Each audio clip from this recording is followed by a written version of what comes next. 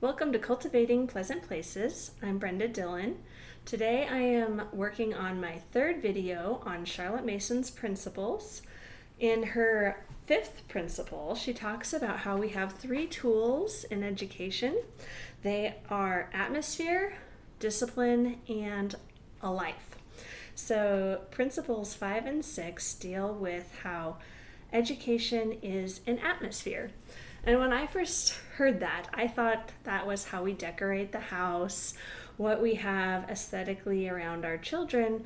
And she actually immediately pushes back against that, and she says that an education is not merely aesthetic. And she tells a funny story about parents who bought a really expensive statue and put it up in their home, and they thought that by seeing this very expensive statue that their kids would learn to love beauty and just soak up this education. And then she talks about classrooms. Kindergarten had just come out of Germany as a concept for educating young children. And I think we have really extended this idea of making a child center space where we have a rug that the kids gather around that might have the alphabet on it, and we have posters on the wall, and none of these are bad. None of these are bad things. But she says we make an artificial environment for the children and put them in this and think that, again, they will just soak up all of this education from the beauty and the whatever the content that's on the posters and in the books, and it will just soak into them. And again, there are places for this, but she says that's not 90% of what education is.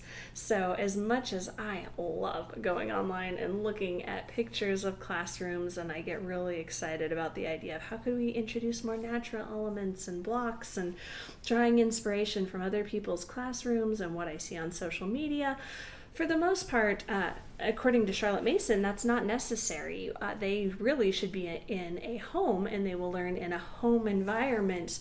So, of course, she had a whole house. In that time, a lot of houses had servants, and so she would say they should be interacting with the servants, with the maid, and with the chef. Of course, in our society, we don't typically have maids. So I think my kids benefit though from interacting with the neighbors.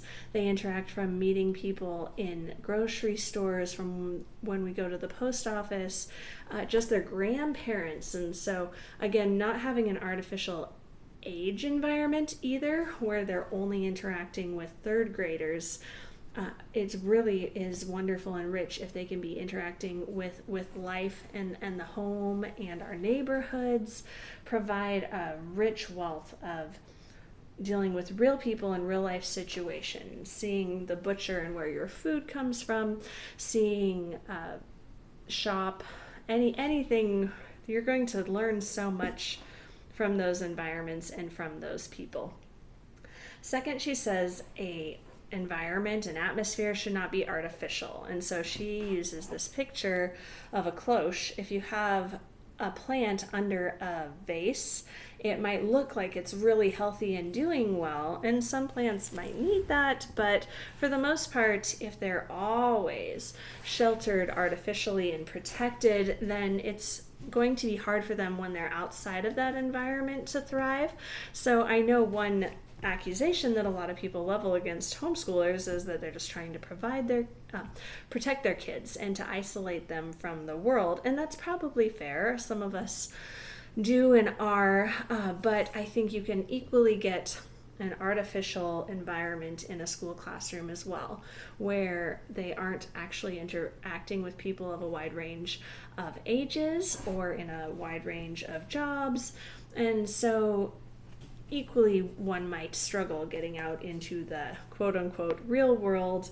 I'm not saying necessarily that one is better than the other, but again, Charlotte Mason is saying beware of this and make sure that your kids are interacting with the real world. Of course, she focused in on the home, and when they're in the kitchen and helping mom and doing gardening with grandma, and grandpa is teaching him how to whittle, those are all more real interactions. They're less artificial.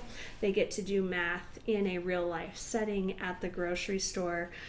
And so I think that just takes a lot of pressure off for parents and teachers.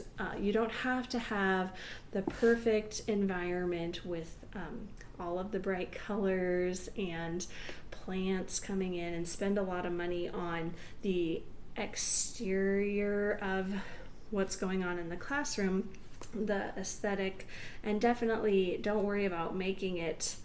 I know a lot of homeschoolers complain about, we're not doing school at home. Why do we keep trying to make our rooms look like classrooms? So choose the tools that you want. They do play a part. Charlotte Mason says we shouldn't be giving kids broken leftovers. She said some people will just take the broken furniture, they'll take broken teacups and give them to the kids to play with. And she says, no, we should be giving them quality tools when we do give them those, and we should give them a taste for the good and the beautiful. But that isn't where, again, 90% of your education is coming from. It's just the icing on the cake. And so really the interactions with parents, with other people, the reading of great books, that's where education happens. And so that takes pressure off. You don't have to spend an arm and a leg. So that was what an atmosphere is not. Let's look at what an atmosphere is. An atmosphere is truthful and sincere. So we get to model education for our kids. And again, it's not an act. We're not putting on the teacher role and pretending that we do everything perfect. We can just come in and say, I want to learn as well, and I struggle with this. I don't know how big the largest whale is. Let's look it up together. Let's learn together. I struggle with habits and discipline as well, so let's work on this together. And we are modeling a process. So that principle of more is caught from parents than taught is really true. I think you can tell them, read and math is wonderful and get out in nature, but if we aren't doing it, if we aren't modeling it, they are not going to do it as well. The greatest predictors for whether kids read, whether they are eating healthy, is the habits that the parents have established. We also get to model a sincere love of knowledge. And so I know there are parents that have wonderful intentions and they want to educate their children and they don't like to learn, and you still can homeschool your kids and give them a quality education, but it's going to be much harder. So let's just all do it together. Let's decide that we like math and we want to learn, and books are wonderful, and then we can help our children to catch that love of knowledge and learning as well. So we have, it is natural, it is truthful and sincere. Also, it is meant to foster a love of knowledge, and I'm going to go into 2 tools that you have for that. The first is an atmosphere of books. So having books in your house, whether you get them from the library, whether you buy them, it is just so much more likely that your kids are going to love to learn and love knowledge if you have books all around the house. So and if you're reading, because again, you can have them there, and I think there is some benefit for teaching kids to love books just having them around in the house.